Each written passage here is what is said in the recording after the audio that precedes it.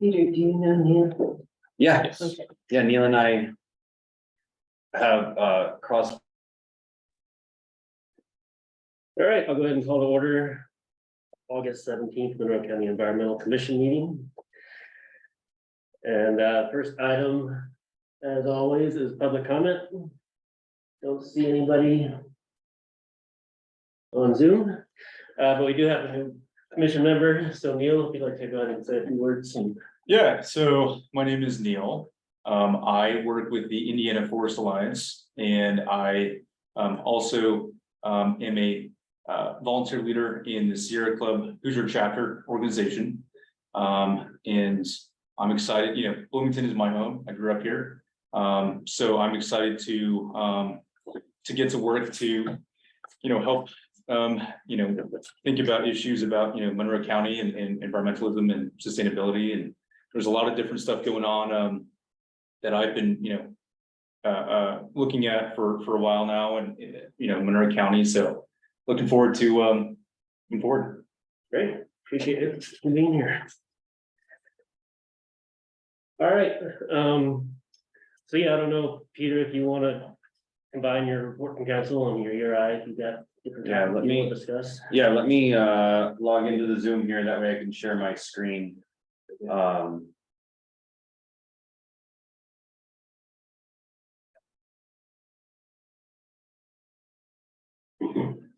But with this, with Neil being here, I think we're only one person short, right? We are, yeah. Only one vacancy. And I emailed you and Kim at some point suggesting somebody else be appointed from because this was a commission appointment, Neil, so we have a council appointment. Good. So I don't know if I need to reach back out to her or. I'll be in the office tomorrow. Okay. I'll nudge her, and that way we can get on Tuesday's agenda. Great, But yeah, as of Tuesday, we might have a full commission. sweet. Yeah. That would be impressive. All right, let me share my screen. I'll start with an ERI cohort update. For those of you who've been following along, we are working with the Indiana University Environmental Resilience Institute, and they've contracted with the GEOS Institute. And the GEOS Institute has working with their mission is to work with different communities all across the United States to work on something called climate ready communities. And so what we're doing is we're working on a series of deliverables. And as you can see on the screen, there's a series of steps. So step one was launching the project. It's developing a task force, which the county commissioners have done with a blue ribbon task force. And we've developed a community attitudes assessment. And so we are in the process of launching that out. We're going to ask for your help to make sure that survey instrument gets to folks in your networks. That way we get a pretty broad community distribution. And thank you for those of you on the Environmental Commission that looked over that survey instrument. I think that was pretty helpful. We're going to be using pretty much the same instrument that the city used. And that way we're going to be able to compare a lot of the data that the city got from the city confines. And we're going to be focusing on kind of the county outside of the city. So that'll be good. Then we're now at step 2, where we have created a climate trends primer. And Neil, you now have a copy of that document. That document is finished. And it's a lengthy document. It's a good document. I don't know where that document is going to live on the county website. Maybe we should reach out to Dina and find out. But that should be available to the public through our website. So, we should get that out there. In addition, the climate trends primer talks about the vulnerabilities that the climate crisis is going to have for our community specifically. And then the community primer is a separate document that talks about what makes our community unique. Why is Monroe County different than a contiguous county or different than a community in Hawaii or in the Eastern Seaboard? So that the community primer is about halfway done. And so we will continue to work on that. Step 3 is the big next step. This is where we're going to be hosting our vulnerability assessment workshop. This will be a workshop that will take place in the county courthouse and will be recorded so that individuals can go back and look and see. And this is going to be our time where we're going to be taking that climate trends primer and gathering stakeholders from the community in a workshop and asking them to say, well, yes, you've got a good start here, but you forgot this, or you forgot that, you need to add this. And then we're also going to have them rank those vulnerabilities in terms of urgency. That way, when we have the vulnerability, so when we come out of that vulnerability workshop, we're going to be having not only data-based vulnerabilities from the climate trends primer, but we'll also have community-based vulnerabilities, as well as the ranking of how urgent the community feels those are going to be. That will go into a vulnerability assessment report. That's task 3 of step 3. And then later this fall, we will have a resilience strategy workshop. That's where we gather the stakeholders again in a separate workshop. We come with those vulnerabilities that they identified, and we say, what on earth are we going to do about these things? So when we have a 100-year flood here in Monroe County, what do we do? What are our steps? How do we be prepared for this? If there's a wildfire, how are we prepared for this? If there's, fill in your vulnerability, right? How are we prepared for this? So that'll be good. And then the final piece is we take those vulnerabilities, we take the strategies, and we put them into a climate resilience plan. That plan will be viewed in this body. It hasn't started being written yet because we haven't had the workshops yet. But you'll get an opportunity to draft those. The climate trends and the community primer will be appendices to that body of work. And so at that point, then the work of the climate fellow will be done. And we will then go through the long task of implementing that report. We do not want this report to sit on a shelf and gather dust. We want to be able to work with the council and the commissioners and all of our other departments to say, okay, here's what we identified, here's some solutions. How can we make these SMART goals? Let's make these, doable. The great thing about this is that the city of Bloomington is working on the exact same sheet. So we will be able to work closely with our colleagues in the city to find not only vulnerabilities that are unique to the county, but also vulnerabilities that we share with the city and come together and be able to tackle those same vulnerabilities. Any questions on those steps or the path forward in the future? Just out of curiosity, the eventual goal for the use of the document, is it intended to be adaptable for the future? For example, like, will it have set list of actions that we can take that can be adapted once the plan is implemented, or will it kind of be a static thing that is more regulatory?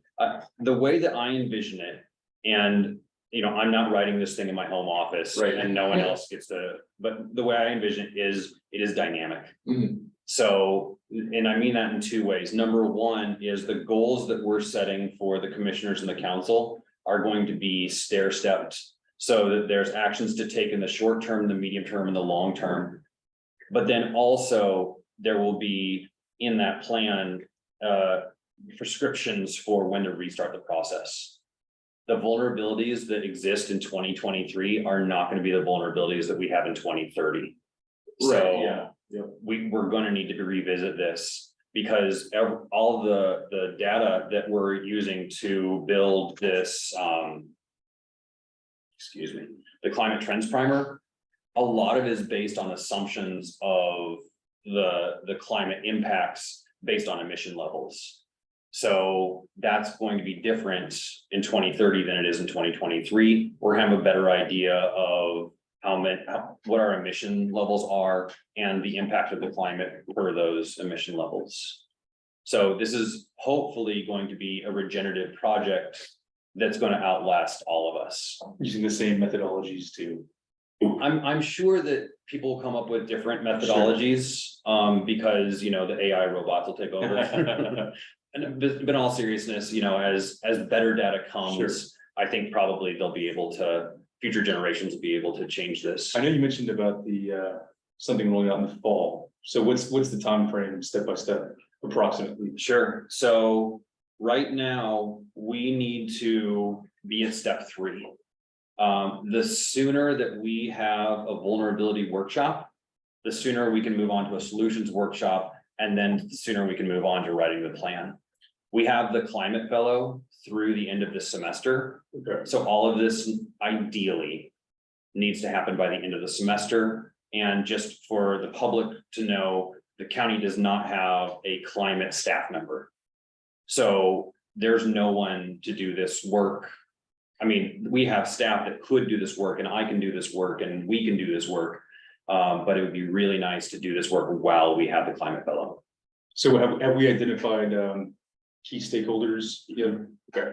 There's an extensive Excel document that we've identified kind of our top tier stakeholders as well as stakeholders by Organizational group. or like impact on the climate. So like the built environment versus the Yeah. Faith-based groups. faith-based groups, and because we really want this to be community-wide. We could just focus on the departments within the county, so emergency management, health, justice, things like that. But we also understand that we have a duty to the broader community. And that also includes underrepresented communities that have historically been not part of these conversations. We need to make sure they're at the table too. And that's why these workshops are a great opportunity, as well as the survey instrument. Is we are going to be intentionally be taking it to communities that, you know, generally aren't coming to commissioner or council meetings. And that stakeholder list is in the Dropbox folder, so if you want to look at it and there's people you think we're missing, I think there's still time to Mhm. check those. There's people's names and phone numbers and emails on there, so I'm not gonna share it on the screen, Sure.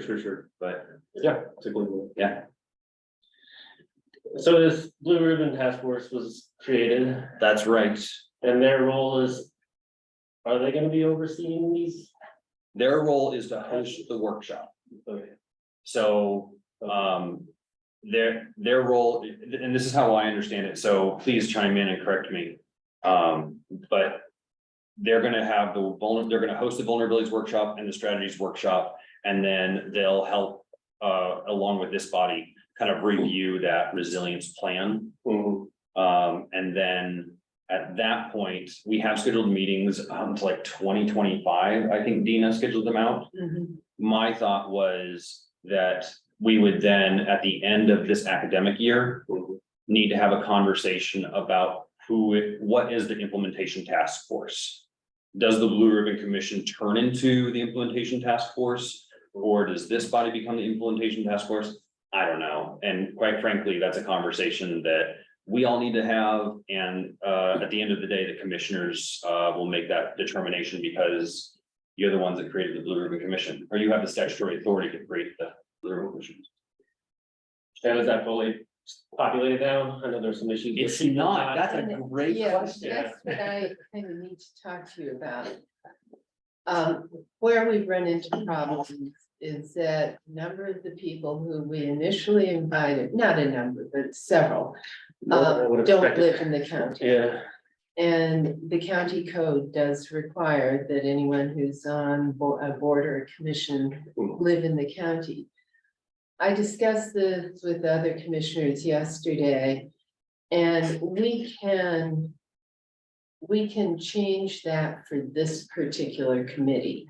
You know, we can say, because of the nature of this committee, it requires the expertise of some people who may not live in the county. So, and I'm recommending no more than 2.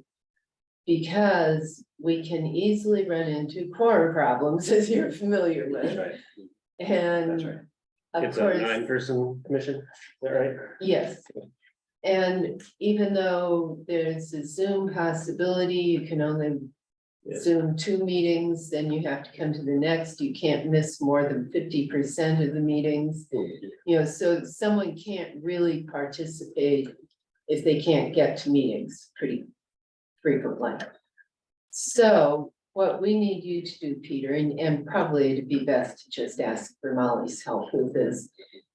At our work session next week, if you could present language for this. Yep, I can do to that. us. And then hopefully, if you work with Molly, hopefully it'll be where we can go ahead and adopt it in the work session, Great. which we sometimes do. And then we can hopefully move along with the rest of this. I think we want to make sure that we have real commitments, and then I think we're better off doing a doodle poll I agree. to come up with the time to meet. I agree. Yeah. And then hopefully we can start moving forward. Mhm. There've been just all these little hiccups along the way. How many people are on that currently? I just pulled it up. Yes, So it's Lee Jones, County Commissioner. There's Kelsey Thetonia. She's our MS4 coordinator, so her whole job is stormwater and flood prevention, and she's fantastic. she is. Uh, She's amazing. So she's a great asset. Scott Smith is the Polk Township trustee. He is also has a job in Lawrence County that deals with emergency management.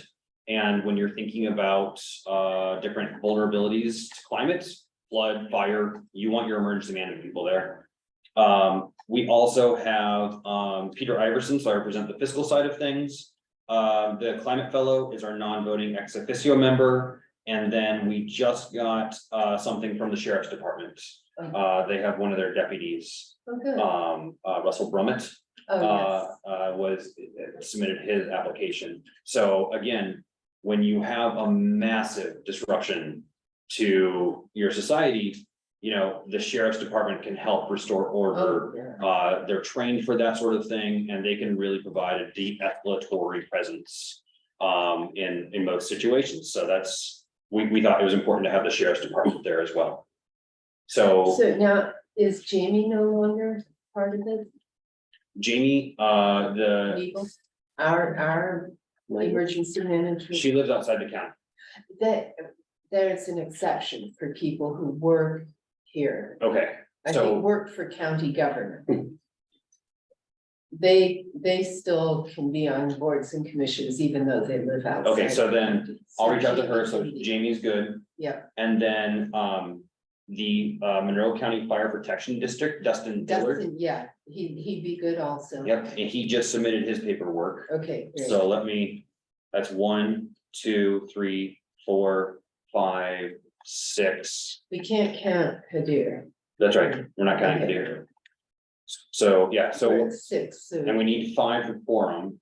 So we need 3 more people to fully max it out to give us that insurance to ensure we have quorum. Yeah. And it would, I mean, if we can get those 3 people before we actually try to set a meeting, so we can do a doodle poll with everyone.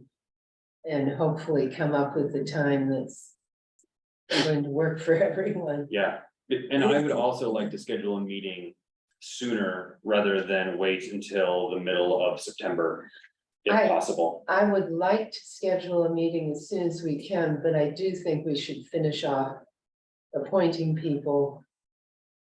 And then just do the doodle poll and figure out when we can do it so that hopefully we can easily come up with a quorum. I'm in agreement. Yeah, I mean, September's kind of pushing it for the workshop, right? And we'll get that. Yeah, So they- Yeah. need to get them it would together. have been nice if we could have gotten it done like early August, Yeah. but. County government doesn't move quickly and there just were a number of hoops that needed to be jumped through and all. And the workshops are, they're long. Mhm. They're supposed to be from 9 to 4. So those we'll need to schedule those with this group. And if we have all of our ducks in a row with that doodle poll, then we can probably schedule both workshops at one time, not the same day, Yeah, but we can schedule one for mid-September and one for early October or something like that. yeah, And that way we can get all of our invitations out in one fell swoop. yeah, that would be good. Although we do that, we're going to make sure people really distinguish between the two workshops. That's correct. Often when that happens, it's the same thing twice. Yeah. And people may assume they can come to one or the other. That's right, that's right. Yeah, so maybe we want to just do vulnerabilities alone It might and be, just really push that and then Yeah. encourage those who attend to come to the solutions Yeah. workshop. and then, as I mentioned before, Susan Bratney was Yeah. doing, she's quite quite interested in getting this out and kind of pushing it a bit. I asked her to hold off until we can solidify Yeah. things pretty much. So, Who's that? pardon? Who's she? She does PR and she's very good at nowadays when people are so anxious to take things wrong. She's very good at wording things in such a way that it's going to be hard for anyone to jump on it and say, oh my God, you're doing this or whatever. So if It you is aren't that they following always say. the Board of Commissioners on Facebook or Twitter, She'll do press releases to yeah, all the radio stations, to any of the media that might publish anything. Who Is she a knows? county employee or? No, we would like to have a county employee who does that, but Yeah. so far the council hasn't agreed with us. So we got this money in our budget to hire her more as a consultant. It's true. Did you go to the city's workshop? no, I was unable to, Hader did. Okay, Yeah, And so he'll bring a report probably next time. okay. But he said it was really good. He said that there was a good mixture of hard science and stuff you really had to pay attention to really like get into it. And then there was also some really good translational research. So trying to make it so that some of these things that we talk about that tend to be full of acronyms and hard science that you're not accustomed to, that folks can understand it. So Great. he said it was really good. So, Yeah, Sean seemed to think it went well. She said she was yeah. very frazzled, but otherwise. She was, but I think she had mentioned it, she had really wanted to have just this gangbuster turnout.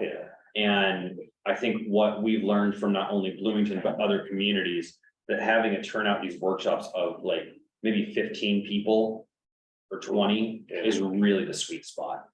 Like, we're not trying to fill auditoriums with this. We're trying to make sure that the right people are coming, that the key stakeholders are coming. So we will talk much more about the workshops once we get our ducks in a row. yes, Well, this is August, so that's coming up quick. yep. I will be working on everything we just discussed tomorrow. All right, Fridays are my day in the office. sounds good. Great. I have one more update, if you'd like to hear it. Please, yeah, Okay, so. you're the agenda this month. It's horrible. Drive Clean Indiana came and gave a presentation to I was us. gonna ask about that, yeah. And when was that? It was like a month ago, 2 months ago. 2 months ago, watch my pass. Asked them to come and give one to the commissioners and they've never gotten back to me. They are, I think I know why. I'm going out on a limb here.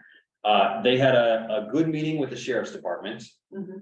And they, in the report that they gave us, they looked at our fleet, all of the vehicles that are in the county.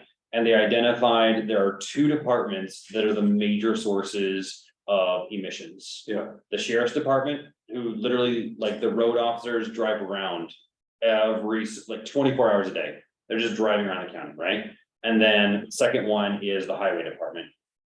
And so they had a meeting with the sheriff's department to talk about, I think, if I'm remembering this correct, hydrogen fuel cell vehicles that have a gas backup engine that could perform all the functions that the road deputies needed.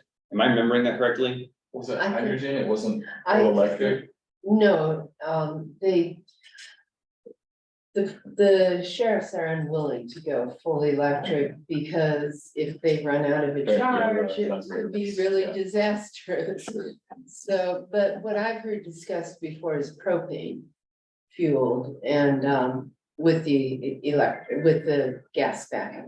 Okay, so my my thought was that once, now that they've had a meeting with the sheriff, they actually have something to report to the commissioners. Yeah, So I imagine that you'll get in something pretty soon from them. good, yeah, I told this to somebody who I said, you know, so we've got this Dry Clean Indiana, this nonprofit coming in and, you know, advising us, and this community member was like, well, why are you waiting for them to tell you what to do? Just swap out the cars. Like, well, it's not that easy, but at the same time, it is that easy, so. Nice. Yeah, so that's a good update from Drive Clean Indiana, and I'm sure if we wanted to hear from them again, they would be more than happy to come back here. But it does sound like. It was a great presentation, It really was. well researched. It was very good. Yeah, And I'd be interested to know, and like, very promising, which is nice. I'd be interested to know, like, the, even cost effectiveness and just, you know. yeah, they covered that, it was. Oh, really yeah, and interesting. it's Is there a incredibly cost video of that effective. somewhere? Yeah, Okay, I just sent you the report. oh, cool, thank you. Yeah, it was more broad. We're doing something somewhat similar at the city, but they're like, just looking at electric cars, so it's not this. propane. The Hydrogen, city whatever. police don't have to travel quite the distances. that Yeah, the and I'm not sheriffs focusing on the do, police department, I'm focusing on utilities. Which is a big user. Yeah, so they actually did separate reports for us, so I haven't even seen what they recommended for our police Yeah. fleet. So, well, and, you know, for those fleets, there is such a diversity of vehicles. That it really does make sense to look at the different options that are oh, available. yeah, And Clean Drive even makes them available for trying. That's right. out, You know. That's right. So before the police or sheriffs commit themselves to anything, they can try it out for a while and see if it really does meet their needs. Oh, cool, yeah. So, Now, it should probably be mentioned, this is still early days. yeah, No contract has come across your desk and, well, no, we have signed a contract with them that's why they did all the preliminary work and everything. We haven't gotten to a contract for the fleet. that's what I'm saying. Yeah, so I don't want the public watching this to say, oh, well, okay, now everything's gonna be green. We're No. not quite there yet, but I would say we're heading that direction pretty quickly. We absolutely are. Yeah. And obviously, there's a whole lot of incentive for it. so Yeah, It shouldn't be too hard. right, yeah, because the cost savings are so great over time. So, and you know, we cycle through, those vehicles get used so hard. So we're gonna be cycling through them, and so there's good incentive to keep it as green as possible. Yeah. All right, so I've covered the cohorts, I've covered Drive Clean, and we've talked about the Blue Ribbon Commission. I think those are the big three things that I wanted to talk about tonight. I will mention that we are really trying to get this whole solar project going now.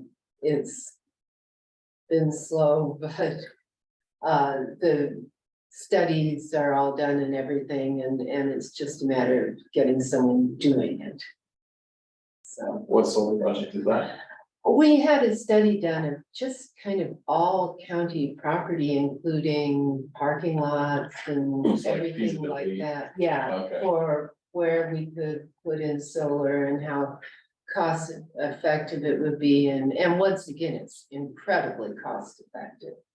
So. Is it, sorry to keep interrupting, is it for like utility scale solar or is it like individual home size solar? Does that make sense? This is to run the county, Okay, is, we and I were, believe all of those locations, pardon, you shared those locations with us, but Yeah. it should be on a Dropbox folder too. There should be some solar sheets in there that have, with the man plumbing that did yeah. those together, so, And there's just, I think there's really just been so much going on yeah. that it's been hard to really get that pushed forward, but hopefully real soon. Is there anything you need to help get that going? Just a matter of. I would say coming to public comment and asking the commissioners if they're doing anything about it. Yeah. That would probably cause a lot of people to decide, okay, we need to pay attention to this right now. Yeah, I'm sure that's pretty doable. Yeah, yeah. Can do it on Zoom. Great. Just don't say I put you up to it. Lee Jones there. Gave me this transcript. So yeah, our next meeting. Our September meeting is until the 21st. So I feel like that's pretty far deep in September, and hopefully we'll have vulnerability workshop scheduled and the blue ribbon panel having met by then. So I guess. Peter, is there anything that we can do before then? I know you're working with Hayden a lot and he's doing a bunch of work. So we will. I will probably through you, because you're the one that gets to communicate with the commission. Send out the survey instrument for folks to distribute amongst their circles. We will be distributing paper copies to places like the public library, our township trustees and things like that, so that'll be going out. The other piece that's not yet written, but we need to write, we're in the process of, is the community primer. And that is like, who are we and what makes us unique? So I know today, Heather was telling me about how he was doing research on the number of languages spoken here. Which is, it's vast. And then in trying to like suss out from that data, how many people do not have English as their first language. And so there's some interesting research coming out of there. Again, the analysis that Mr. Atik has been able to do is by far the most rigorous that we have ever had at the county level. I mean, we've had some Absolutely. consultants do some good work, but the stuff that he's put together is really, really, really good. So that'll be coming to you for peer review. Social science is almost more difficult than the Oh, yeah. science, rest of the science. Yeah, so that'll be coming, and then you all will be invited to the vulnerabilities workshop because you have expertise in different areas. So whether that's, whatever you have, so that invitation will come to you, and then of course to the solutions workshop. You're more than welcome to attend the Blue Ribbon Commission meetings. Those are open to the public. These are public meetings. Not every community, actually, no other community went this route. Every single other community created these like private working groups that met regularly and then worked to get out these. These are all going to be public. So there are opportunities for you or other people that to come and say, you guys aren't looking at the unicorns that are in Morgan Monroe. You need to protect the unicorns, or whatever the case may be. It's important. And the unicorns are important, yeah. So, but we were talking about fire protection the last time, and there were terms I had never heard of, and you were like, oh yeah, that's this. And there's just so much that collectively we know, that individually we don't. Yeah. And we need every voice we can. And the meetings will all be on Zoom, so easy for people to participate. If you, going back to the solar project in Dropbox, if you search for MOCO_solar, that's where all those PDFs are. And it looks like there's 4 different PDFs. It might be worth sending those out. There's a PDF for the health building, West 7th building, the carport, and there's a carport specific one, and then a preliminary for the carport. Oh, and I think there's one for the YSB expansion as well. Yeah. Yeah, we're looking at putting the jail ones over there. So it's expanding solar on county buildings. That's the project. Although it may not all be on buildings. Yeah. There's I went out with a community member and we were looking at a solar array that you can tilt. I've never seen, it's so cool. Like you can, so in the, I'm gonna geek out of it and stuff that you already know, but like, it's just so neat to see it like tilt, and like the guy who has it is this older guy and he was just like cranking it by himself. And just, it's, So the manually tilting? yeah. Alright, And so you see more about agrivoltaics and what can be done based on the transparency of the. Yeah, Yeah, that's it's what really I was interesting. wondering about. Yeah, so like, the sky's the limit here, right? Literally. And that's why we need to like, these plans that we're writing in 2023. Like the technology is just gonna keep getting better and better, so, yeah. They'll be pretty amusing in 20 years. Hearing that to be like, hydrogen cell. Yeah. Look at this hill. Use a crank? so, yeah, I need to climb my roof and see if I can start. That's great, that's great. All right, next on the agenda is old business, kind of talk about that, any other items? All right, and Would just real quick, Yeah. you and I had a conversation about coming on here. And we were talking about some of the work that Monroe County has been doing for forest protection. And you were saying that there's other areas that are really at risk outside of Monroe County. Would you mind? Yeah, Is that okay? yeah, please. yeah, so outside of Monroe County, there's the Buffalo Springs project, which is in Orange County. So, there's, that area doesn't fall underneath the purview of Monroe County. What we can do about that. In fact, I'll actually be meeting with the mayor's office tomorrow with Jeff Stantz regarding actually support for legislation that IFA has been drafting regarding the expansion of the deemed wilderness. So we're hoping to get city support on that. Just real quick. Mhm. In government, we use a lot of acronyms. Can you spell, or can you say what IFAS is? IFA is the Indiana Forest Alliance. Thanks. Yeah. So the Indiana Forest Alliance has been, working to draft this legislation. So we are excited about it. We could use, city support, even, county support if it, comes to that. Of course, the Indiana Forest Alliance were, co-plaintiffs on that case regarding House and South. There's more, this is not the House and South area is not the only part of the project. There's the Buffalo Springs project, which is in Orange County. And that's an area that, we have been out there looking for endangered species of bats. Tricoloreds, Indiana bats, northern long-eared. In fact, I could go into a whole spiel about the Lake Creek settlement too, but there's a lot of special stuff in the forest, so, worth protecting.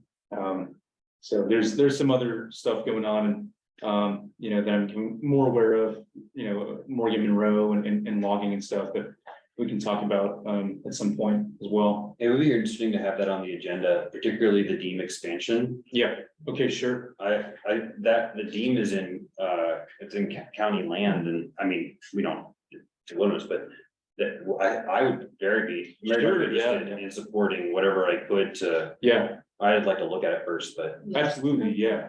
Well, unfortunately, the city has been unwilling to support our lawsuit. Hmm. They haven't signed on.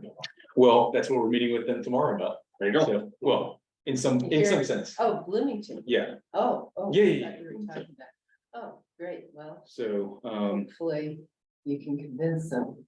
yeah, I think, we're very hopeful. We're excited about it. There's some little tweaks here and there that need to be made to the maps. Regarding some certain roads and whatnot, but, so we just get. Great. All right,